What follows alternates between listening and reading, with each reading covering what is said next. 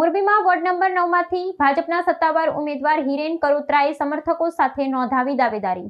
મોરબી મહાનગરપાલિકાની આગામી ચૂંટણીઓને લઈ સ્થાનિક રાજકીય માહોલ અત્યંત ગરમાયો છે। ચૂંટણી પંચ દ્વારા નિર્ધારિત કાર્યક્રમ મુજબ ઉમેદવારી પત્રો ભરવાની પ્રક્રિયા હાલ વેગવંતી બની છે। આ શૃંખલામાં મોરબી મનપાના વોર્ડ નંબર 9 માટેની ચૂંટણી પ્રક્રિયા અંતર્ગત એક મહત્વપૂર્ણ ઘટનાક્રમ સામે આવ્યો છે, જેમાં સત્તાધારી પક્ષના સત્તાવાર ઉમેદવારે પોતાનું ઉમેદવારી ફોર્મ વિધિવત રીતે ચૂંટણી અધિકારી સમક્ષ રજૂ કરી આગામી ચૂંટણી જંગના શ્રી ગણેશ કર્યા છે। પ્રાપ્ત વિગતો અનુસાર ભારતીય જનતા પાર્ટી ભાજપ દ્વારા વોર્ડ નંબર 9 માંથી સત્તાવાર રીતે પસંદ કરાયેલા ઉમેદવાર હિરેન કરોત્રાએ ભારે ઉત્સાહને પોતાના સમર્થકોની બહોળી ઉપસ્થિતિમાં દાવેદારી નોંધાવી છે। ભાજપના સ્થાનિક સંગઠન અને પક્ષના આગેવાનોની હાજરીમાં તેમણે નિયત સમય મર્યાદામાં ઉમેદવારી પત્ર જમા કરાવ્યું હતું।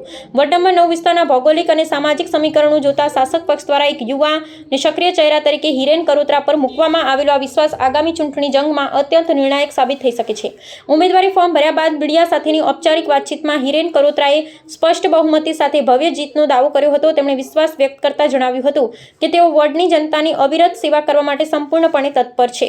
ભવિષ્યમાં સ્થાનિક પ્રાથમિક સુવિધાઓ તેમજ વિકાસ કાર્યોને વધુ વેગવંતા બનાવાશે।